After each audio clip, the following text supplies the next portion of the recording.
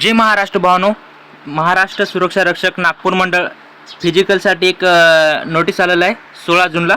विषयामध्ये बघा, विधी व न्याय विभाग, कामगार न्यायालय व औद्योगिक न्यायालय नागपूर वर्धा येथे सुरक्षा रक्षकांचा पुरवठा करण्याबाबत.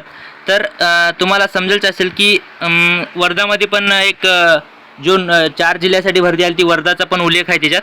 तर वर्ध्यासाठी सुरक्षा रक्षक कमी पडत आहेत. अर्ज करण्याची तारीख ही 28 मे होती.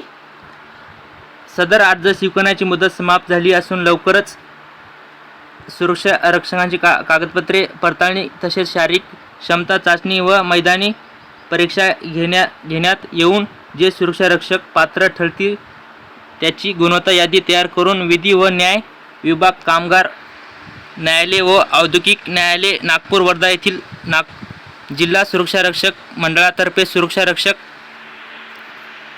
पुरवण्यात येतील.